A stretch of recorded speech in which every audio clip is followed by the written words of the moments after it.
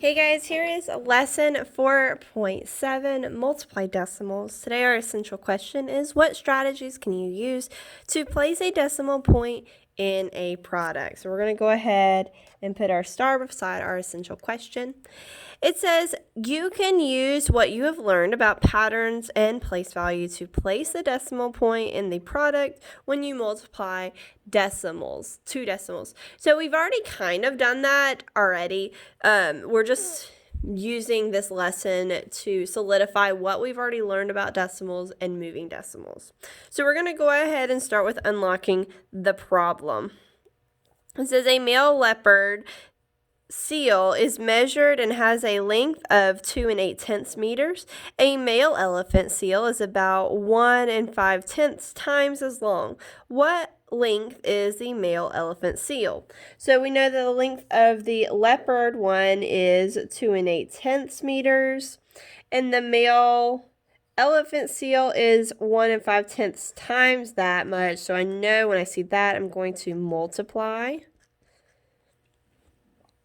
And then our question is, what length is the male elephant seal? So I'm going to multiply those two numbers together to figure out what the length of the male elephant seal is. And I'm going to go ahead and set it up like this: 2 8/10 times 1 5/10. I'm going to go ahead and multiply like I normally would. 8 times 5 is 40. Put down my 0, regroup my 4. 2 times 5 is 10, plus 4 is 14. My 1, and then I'll go to my ones place, because we started with our tenths place. Now we're going to the ones place. I'm going to put my 0 there because we're going into a different place. 1 times 8 is 8. 1 times 2 is 2. I add those two numbers up, 0, 12, 4, which is what they got right there. But now we're going to actually figure out how many spots I'm moving my decimal. I know I'm going to do moving my decimal 2 spots because there are 2 places behind my decimal point. So I'm going to go 1, 2, which puts my answer at 4 2/10. Or 4 20 meters. I'm just going to put 4 2/10 because it fits a little bit better. All right, so we're going to go ahead and move on to the back of this page. Like I said, a lot of this we've already kind of covered, so it should be super familiar to you and not really a whole lot of new going on. It says you can use an estimate to place the decimal. So I know that if I am finding where each of these numbers would be, we'd probably estimate to the nearest whole number. So 7 8/10 would round to 8. 2 12/10 would round, 3 12/12 would round to 3. So I know 8 times 3 is going to be 24.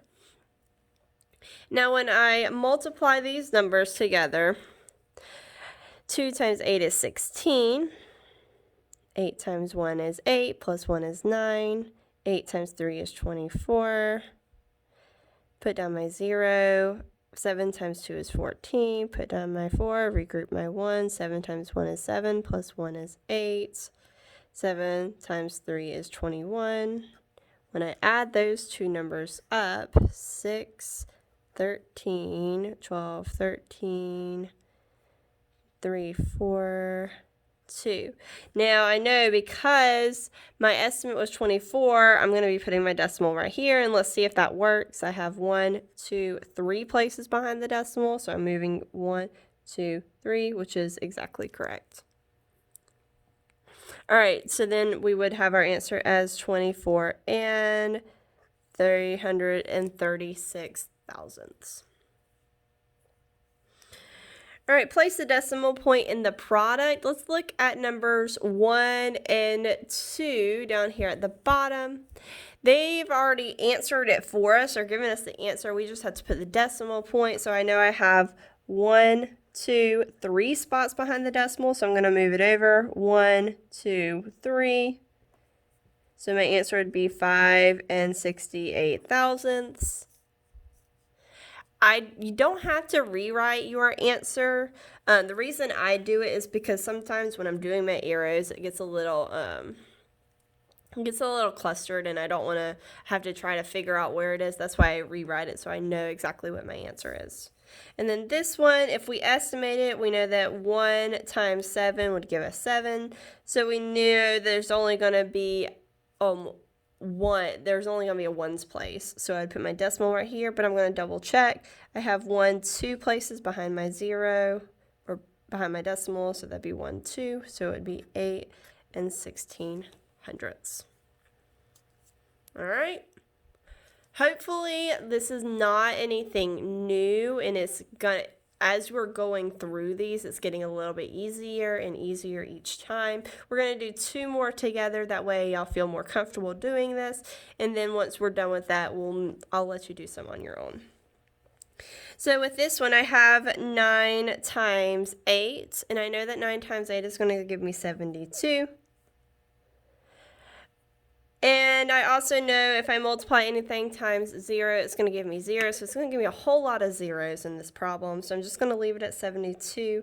And I have 1 2 places behind my decimal point. So I'd go 1 2. Here's my decimal point. So I know my answer would be 72 hundredths. Let's go to this last one together. 5 times 5 is 25. Put down my 5, regroup my 2.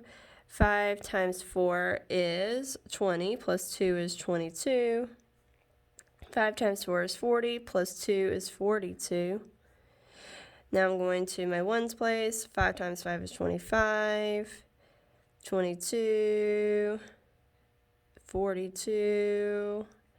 Add it all up. 5, 7, 4, 6, 4. Now I have 1 2 places behind the decimal point. 1 2. So my answer would be 464 and 75 hundredths. All right, so now I want you to do this one on your own. Pause the video and then do it on your own, and then check to make sure you got it correct. Ta-da! Hopefully you checked it and it is correct. All right, so now on your own, I'm going to zoom out just a little bit so you can see my paper. I want you to do 6, 7, 8, 9, 10, 11, flip, 23, 24, and 27. Okay, if you feel like, oh, this is super easy, I want you to try doing number 25. That's one of those higher order thinking questions. Makes you think a little bit deeper into what we're doing. All right, guys, once you're done doing these problems, I want you to go onto the lesson check and make sure you've checked all of your answers.